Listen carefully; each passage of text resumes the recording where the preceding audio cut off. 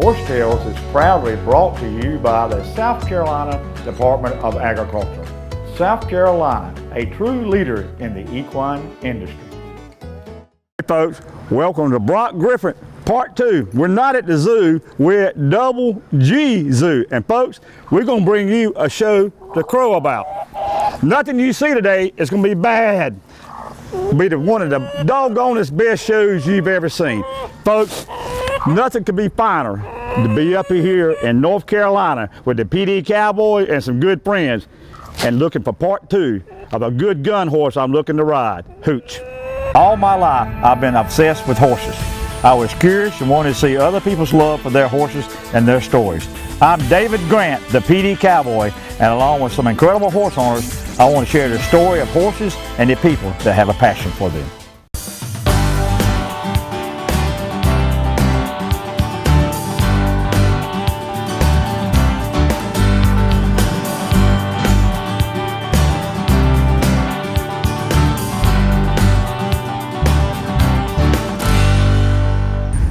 Folks, the old cowboy is super excited to be back up here in Denton, North Carolina. One of my favorite cowboy friends and clinicians. That's a $20 worth of compliment there, Brock. That's it. I'll send you a check. Thank you, David. Last time we was up here, old Hooch has never been anywhere, done anything. He was a little reluctant to go up the hill, but that's okay. Jack and Jill went up the hill. Yeah. And so he finally made it up the hill, didn't he? Yes, sir. Well, he's a young little horse. He's a 4-year-old, but to my understanding, hadn't had a lot done with him. Just lightly halter broke and leading, and we thought it'd be a good deal to get a shot of him being ponied up the driveway, and he just set up like a mule. So, you know, one of the most important things we need in horse training is movement. Okay. Is to get that horse to move. If we can move him, we can direct it. So, Hooch has been here for about 30 days now. We got a good solid foundation on him, and ready to make a hunting horse out of him. I think you're gonna like him. Well, we were talking earlier. Brock, is this the first tacky you trained? Well, the only tacky I've ever trained is my wife, but now this is the first marsh tacky that I've dealt with, and if they're all like this one, kudos to the breed, because this has been a real cool, fun horse to start. Good-minded, just very trainable. And folks, I'm going to tell you something. I'm going to go ahead and give you a heads up. There's going to be a new trainer down in that area, because I think when this show's over, old Brock Griffith will probably be homeless. Brock, let's saddle him up and get him on up the road there. Yes, sir. That sounds good. All right? Yes, sir. So Brock, tell me about, he took everything with a good mind, easy going. Oh, yeah. Well, I mean, you know, as all horses, he had, you know, honest responses and reactions to certain things. Some things worried him, and he had to get over some things. But all in all, what I liked about him is he was quick to figure things out. Right. He wants to get along. He wants to find his way in our world, like most horses do. And he just figured out the path of least resistance was doing what we asked of him and accepting the things that we presented him with, and he's just done a phenomenal job, and I think he's going to make one heck of a horse. Well, I see you got two. This is your training saddle, right? That's my office, I call it. That's my old junk training saddle, and yeah, it's got two old boy handles, if you want to call them. Some folks call them night latches. Night latches, but sometimes when one breaks into on me, I can just take a double holt and sit there and allow them to express themselves without me getting in their face and making it worse. So, you know, handy things to have. You're out there on the swamps of the PD, you jump a creek, jump a log, something like that. It's always nice to have something to grab a holt to, and they're just handy dandy little features. Folks, I know that it don't take much to get the old cowboy excited, but Brock, I am really excited and optimistic about this, and like I say, he is one of the 4 horses that I kept off my stud DP and a mare Coco, and it's going to be the first little gelding that I've kept off him, so I'm really excited about it. All right, let's take him up the hill in a more leisurely manner this time. Sounds good, David. Right. Let me grab my bridle and stuff here, and we'll... And folks, I'm gonna, you can contact the old cowboy. Brock, they got some really nice rope holders, and I'm gonna tell you that I've got 4 that's orange, and I like this color here, so you can contact the old cowboy, and we can put you in touch. That's some of the good ones that are made. Yes, sir. He still leads like. Folks, this is where the rubber meets the road up here in Brock's arena. Brock, you had him right at 30 days and got him lightly started. So tell the folks what we can expect. Like I say, I just want to share with you guys a little bit of what the fundamentals are to me, what a foundation is. Hooch has got a pretty good understanding of the basics. So I want to show you where he's at, put him through the paces, and like I say, he started. He's far from finished, but it's got a good start going, and I hope you folks enjoy watching him work a little bit. Well, let's get started. Sounds good, sounds good. So, there's some things that I want my horses to understand. As I said in the beginning, one of the main things that we can have is a horse move. If we can't move a horse, we can't do much with a horse. So I want my horse to be able to move off of my cues. If I ask him to move his front end over and move out and around me, he should do so willingly. If I ask him to give me his nose, give me his hindquarters, he should do so willingly. If I ask him to take a step back, move his front end over. These are basic cues and basic signals, basic tasks that I ask each and every horse to do that really just focus on establishing myself as a leader, as an alpha, teaching him to follow my lead, pay attention to me, go when I say go and whoa when I say whoa. Most of my program can be divided into two parts, and I think any horse training can be divided into two parts. If to me, you're either sensitizing a horse or you're desensitizing a horse. Now, sensitizing a horse are the things that I just did. I'm presenting a horse with pressure, and I expect him to move or to give me a certain response to that pressure. So, if I look at this horse's hindquarters and I push in towards him, he should yield that hindquarters out of the way and give me that body part. But if I just relax and start moving around, and as long as my body language is relaxed, he should. Dang. Now right there, if he goes to moving a little bit, he's thinking about the old PD cowboy over there. I just keep going until he releases and relaxes, and what I reward is what he does. So if I'm sensitizing, I reward when he moves. If I'm desensitizing, which I am in this case, it's the same thing. I'm presenting the horse with a certain type of pressure. I expect him to relax and accept the pressure. So when he stands still and does nothing, that's when I release and reward the pressure. So the horse learns through repetition, how do I handle these certain things? And there again, if I'm applying pressure in a way that through my body language is very clear, he should go. If I'm applying pressure in a way that my body language is very clear that I'm not asking him to go anywhere, he should pay attention to that, follow my lead, start seeing me as a leader. So hopefully one day out on the trail when something jumps up and startles him, instead of doing what a horse does, which is run a quarter mile and then turn around and think about it, he's going to look to me as his leader and he's going to say, hey, there's something in the bushes, boss, what do you want me to do? And if I'm with the PD cowboy, it's liable to be an old big boar, and I might have to say, let's run, let's get the heck out of here, but I want him to wait for me.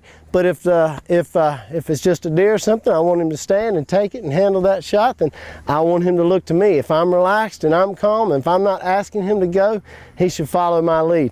And this process, through repetition, really establishes that with your horse and teaches them to pay attention to us and not to just rely on their own instincts and emotions. I want my horses to have emotions, but to learn to control them and follow my lead. Horse Tales, proudly brought to you by Anderson Brothers Bank, treating you like family since 1933. King Street Auction Company, King Street, South Carolina, the #1 auction in the Southeast. Equestrian Images, committed to artistic excellence. Folks, most any old cowboy, like the PD cowboy, can ride a horse around in a circle, but it takes a lot of expertise, finesse, and dedication to get to the level that Brock Griffith is. All right, folks, here with Hooch, working on his mounted work here. Just the same as on the ground, I want my horse to understand some basic cues. I want him to be able to give me his head and neck. So if I just pick up on one rein and ask him to give me that head and neck, that's what I want him to do. I want to say, yes, sir, here it is. What can I do for you? If I ask him to step his hindquarters around, I want him to move that hindquarters around, cross those hind feet over and say, yes, sir, you can have control of my butt. What can I do for you? If I pick up and ask him to step back, I want him to come backwards off that field, to soften to it, to give to it, to give me some basic controls.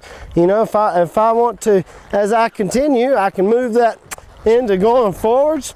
If I've got him giving me that head and neck, he's a little stiff here on the right sometimes, I should just be able to kind of touch that rein and have him say, yes sir, here it is. If I can guide him around to the left, if I touch that inside rein, he says, yes sir, here it is. I can also incorporate that outside rein, lay that outside rein and that outside leg, have him follow that around there. Always knowing that on a young colt, anytime, anywhere, if he gets squirrely, scared, bucky or anything, I can bend that nose, step that hindquarters around, gain control. Remember, that hindquarters is that horse's motor, that engine. So that's, a lot of people put a lot of focus on the controlling their horse through their reins and through their bit. And that's fine and dandy, but we can accomplish a whole lot more. Oh, we got the wrong lead there. I'm gonna pick him up. Nope. We can accomplish a lot more a lot of times by getting control of that horse through the hind end, from the back end forwards, by controlling that motor, using that hind end like the rudder of a boat to drive around.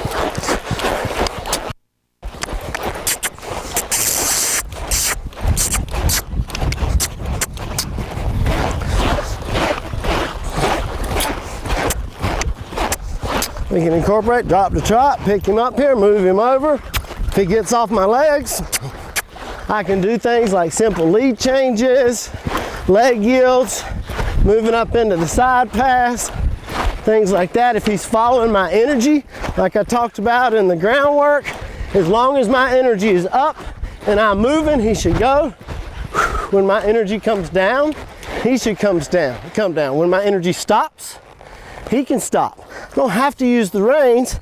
I don't have to use my aids if I've done a good job of laying my fundamentals and teaching that horse to follow my cues.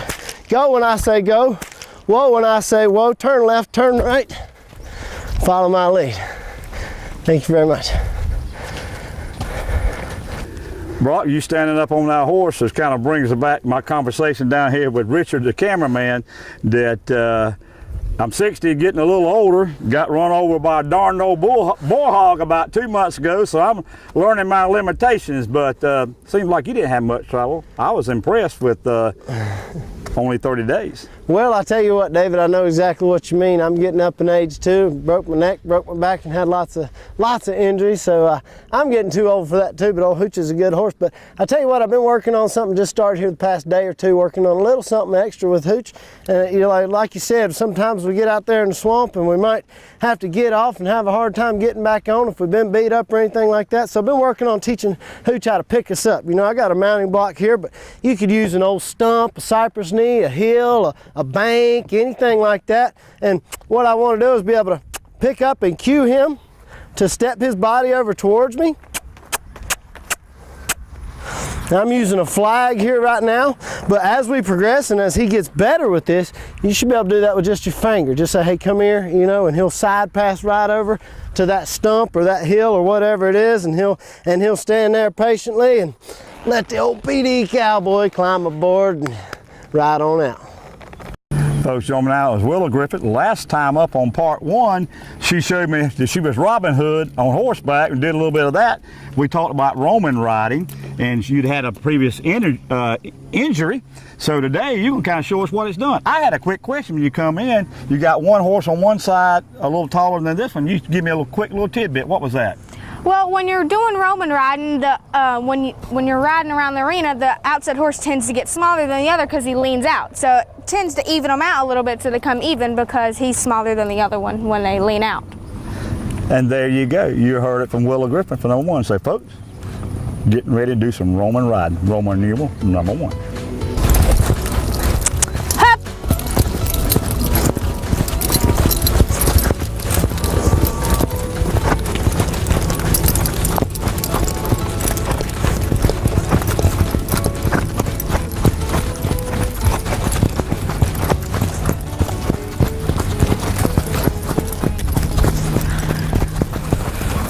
Horsetails, proudly brought to you by Carolina Fresh Foods. Chicken the way it used to be is back. Andrews Mill Hay Farm, Lamar, South Carolina. See David Andrews for all your coastal Bermuda hay needs. South Carolina Horsemen's Council, the voice of the horse in South Carolina.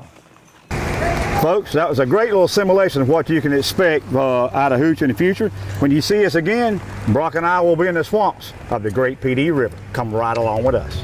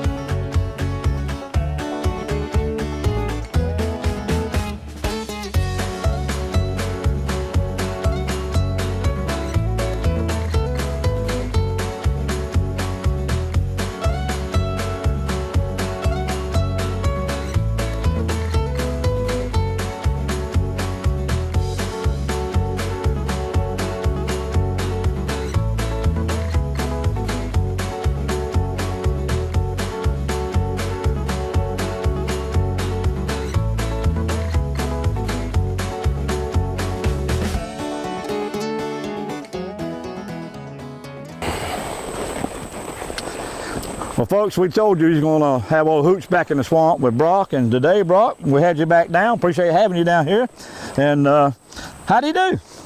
Oh, thanks, David, first of all, for having me. He did wonderful. You know, this little horse here out of DP and all these marsh tackies are just amazing at what they do. Me and Wiley were talking a little bit ago about, you know, it makes you a little bit nervous, put 30 days on a horse and come down here and put them through what we put them through with the terrain and the running and everything. But they just handle it amazingly. They do a wonderful job. Hooch here has done great. You know, the terrain and the other horses, I think, does most of the guiding, really. With a young horse like this, he just kind of goes with the crowd. But out here on this terrain, you know, it's a great place to put a handle on them. And for me, you know, if you're going to turn left and I know the Hooch is going to go with you, what a great place for me to put an outside rein and outside leg and kind of guide him with what he's going to do anyway. If we're going up and down steep terrain, it's a great place to kind of check them up and teach them to balance themselves and go down and it's just, you know, going down the trails is a good place to put some leg yields and stuff on them. So we try to develop these young horses while we're hunting them, but you know, the main thing is just get them out here and let them put some miles on them and let them get confident doing what they're doing, and they're doing a wonderful job. Well, Brock, one thing I really enjoyed that you've done is when you horses restraint with their binds and stuff, he don't really get excited, and that can really work good if your horse gets caught and that type of stuff. You expound just a few minutes how you kind of do that and how he's done with that. Well, I mean, I do a lot of preparation there. You know, when we're starting colts, you know, I do a lot of rope work with them, kind of get ropes around their legs and teach them to give the pressure and not to fight with it. There you go, okay. These horses instinctually want to kind of break free anytime they find themselves in a bind, and they can hurt themselves or us if they don't think their way through that. And a lot of what our training is just teaching horses to control their emotions and to think through situations and not react. And hopefully, and I think a lot of that is carrying over into the job that we're doing hunting these hogs. Well, Brock, it's been a great day. Let's ease on down the road. Sounds good to me, David. Enjoyed it.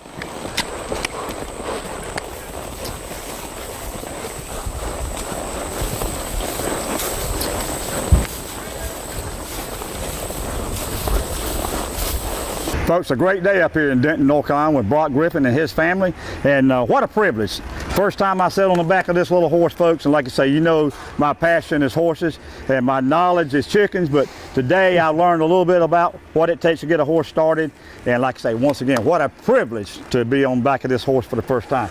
Brock, great job. How can folks get in touch with you? Because I know they want some of this. You can get in touch with us at brockgriffithhorseship.com, through Facebook, Brock Griffith, or just give us a call, 336-707-3727. If you got a young horse that needs to get started or an older problem horse, let us know. We'll be glad to help you. Folks, special shout out to Anderson Brothers Bank and the South Carolina Department of Agriculture and our other fine sponsors. And you know, if you want to be part of horse sales, just give the old cowboy a shout. And folks, until next week, keep your reins low and your hands quiet, and God has blessed this great country ours.